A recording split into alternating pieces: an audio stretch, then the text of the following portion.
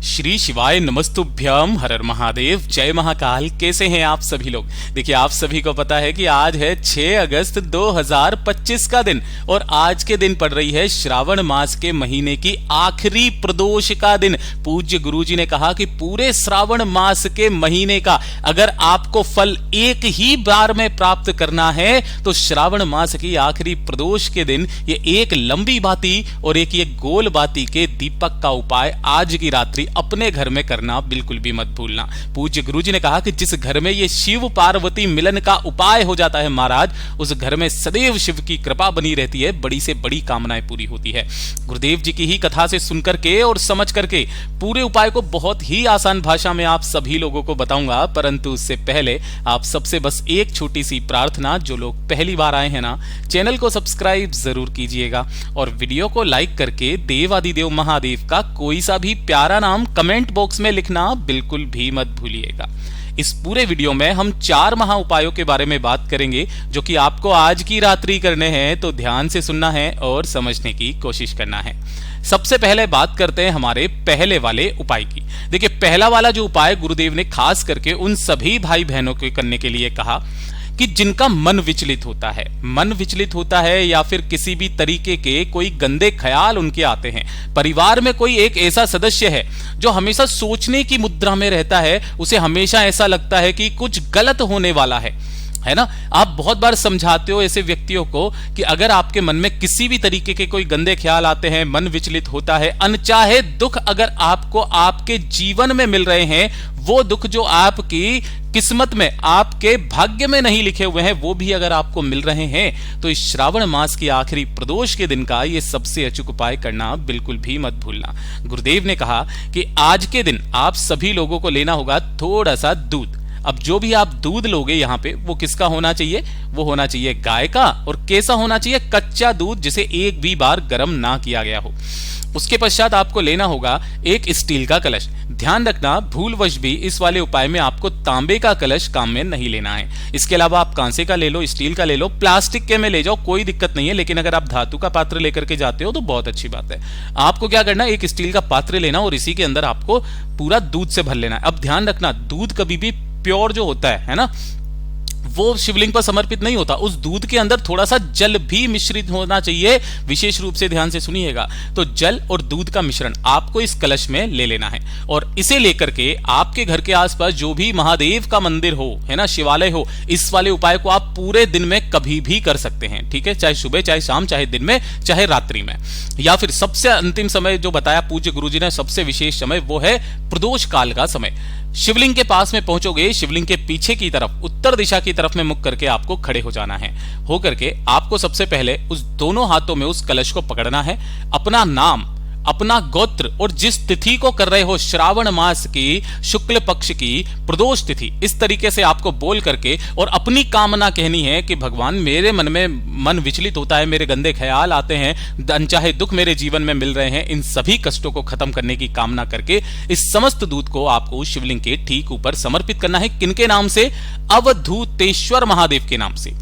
किनके नाम से करोगे? अवधूतेश्वर महादेव के नाम से समर्पित करना। समर्पित करने का जो एक खास नियम पूज्य गुरुजी ने बताया कि जब आप शिवलिंग पर इस दूध को समर्पित करेंगे तो एक धारी से धीरे धीरे करके तब तक दूध समर्पित करते रहना है जब तक कि इस दूध की अंतिम बूंद शिवलिंग पर ऊपर ना गिरे।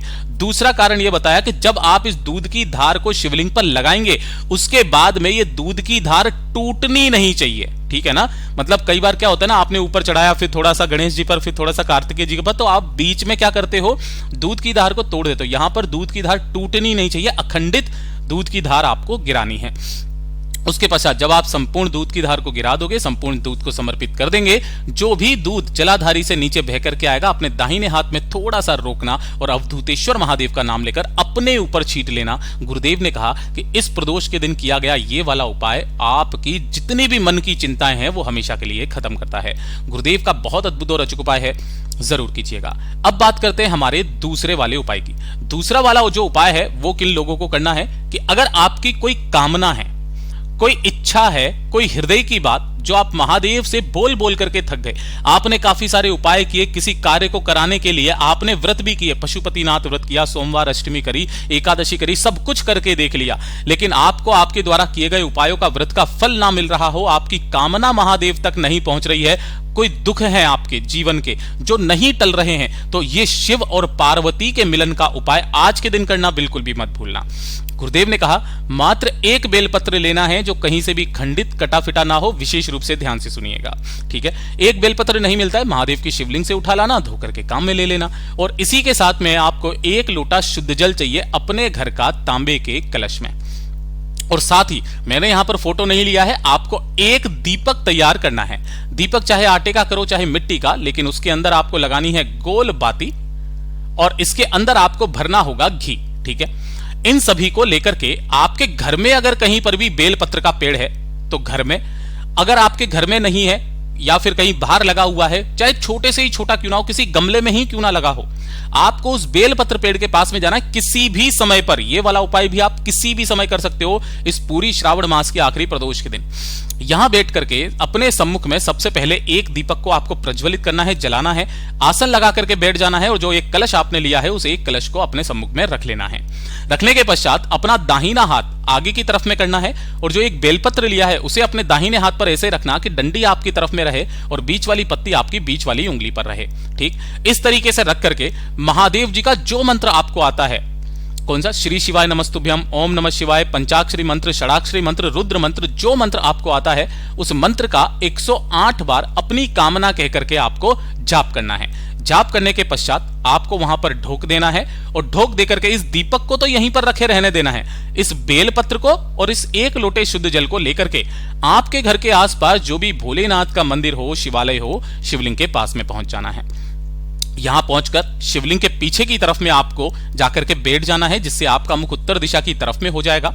सबसे पहले जो आपने एक लोटा शुद्ध जल लिया है उस एक लोटे शुद्ध जल को दोनों हाथों में लेकर श्री शिवाय नमस्तुभ्यम मंत्र का स्मरण करते हुए संपूर्ण जल को पहले शिवलिंग पर आपको समर्पित कर देना है। समर्पित कर देने के पश्चात जो आपने एक बेलपत्र लिया है उस एक बेलपत्र को अपना नाम और गोत्र बोल करके माता रानी के हस्त कमल से, ये वाला जो कटी भाग होता है, माता रानी के हस्त कमल से स्पर्श करा करके अपनी कामना कहते हुए महादेव की शिवलिंग पर इसे उठा करके ऐसे करके समर्पित करना है कि डंडी जो रहे वो जलाधारी की तरफ में रहे, बीच वाली पत्ती का मुख आपकी तरफ में रहे। पूज्य गुरुजी ने कहा कि श्रावण मास के आखिरी प्रदोष के दिन जो व्यक्ति इस वाले उपाय को, बेलपत्र को हस्तकमल से स्पर्श कराकर शिवलिंग पर समर्पित कर देता है, वो शिव और पार्वती के मिलन का उपाय करता है, और वो जिस कामना से करता है उसकी समस्त कामनाएं पूरी जरूर होती है। गुरुदेव का बहुत अद्भुत और अचूक उपाय है, जरूर कीजिएगा। और आज का सबसे विशेष उपाय है जो है तीसरे नंबर का उपाय, जो आप लोगों को आज की रात्रि करना ही करना है। देखिए, अभी तक आप सभी लोगों को बस ये तक पता है कि जो लंबी बाती का दीपक होता है, वो लंबी बाती का दीपक जितनी भी देवी होती हैं उन्हें समर्पित होता है, या फिर जो आपके पितृ देवता होते हैं उन पितरों को समर्पित होता है लंबी बाती का दीपक, ठीक है। लेकिन जो गोल बाती का दीपक होता है, वो गोल बाती का दीपक जितने भी देवता होते हैं, जितने भी देव होते हैं, उन्हें गोल बाती का दीपक लगाया जाता है। लेकिन महादेव एक अकेले ऐसे हैं जिन्हें लंबी बाती और गोल बाती दोनों ही तरीके के दीपक लगाए जाते हैं। पहला कौन सा है कि कभी भी महादेव मैया पार्वती जी से अलग नहीं होते हैं, दोनों एक साथ होते हैं, इसीलिए शिव शक्ति का स्मरण किया जाता है। दूसरी चीज जो पूज्य गुरुजी ने बताई कि जो लंबी बाती का दीपक होता है, ये जब आप कोई कामना करते हो, किसी वृद्धि की कामना, जैसे संपदा की वृद्धि, वैभव की वृद्धि, कुल की वृद्धि के लिए जब आप कामना करते हो, तब लंबी बाती का दीपक लगाया जाता है। और जब आपकी कोई विशेष मनोकामना होती है तो विशेष मनोकामना के लिए गोल बाती के दीपक का प्रमाण बताया गया है शिव महापुराण के अनुसार।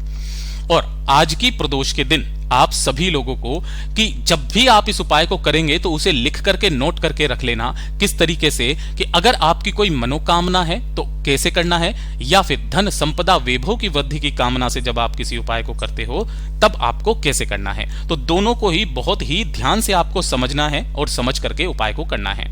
पूज्य गुरुजी ने कहा कि अगर आपकी कोई इच्छा है, कोई कामना है, तो आपको क्या करना है, एक गोल बाती का और दूसरा जो दीपक तैयार करोगे वो भी आपको गोल बाती का ही तैयार करना है, ठीक है। और दोनों दीपकों को लेकर के शाम के समय जब प्रदोष काल हो जाए उसके बाद में पहला जो दीपक है वो आपको बेलपत्र पेड़ के नीचे लगाना है अपनी कामना कहते हुए, और जो दूसरा दीपक है वो जो शिवालय आपके आसपास में पड़े उस शिवालय की चौखट पर, नहीं जा सकते तो अपने घर के मंदिर में अपनी कामना कह करके जो व्यक्ति 2 गोलबाती के दीपक एक बेलपत्र पेड़ के नीचे जला करके शिवलिंग की चौखट पर जला देता है, उसकी चाहे कितनी भी बड़ी कामना क्यों ना हो पूरी तो होती ही होती है। साथ ही साथ जब आप धन, संपदा, वैभव, वृद्धि की कामना से कोई उपाय करते हैं कुल की वृद्धि के लिए, तब जो बेलपत्र पेड़ के नीचे दीपक लगाया जाता है वो एक लंबी बाती का दीपक लगाया जाता है, जिसकी बाती का मुख आपको उत्तर दिशा की तरफ में रखना होता है, और दूसरा दीपक उसके पश्चात पहले वहां पर लगेगा, दूसरे नंबर पर शिवालय की चौखट पर लगेगा। पूज्य गुरुजी ने कहा जो प्रदोष पड़े उस प्रदोष के दिन स्टार्ट कीजिए, 1 साल में मेरा बाबा आपको कितना देता है बताइएगा जरूर। पूज्य गुरुजी के सभी उपाय बहुत ही ज्यादा खास और अद्भुत हैं, जरूर कीजिएगा। वीडियो पसंद आए तो लाइक करना, चैनल को सब्सक्राइब जरूर कीजिएगा।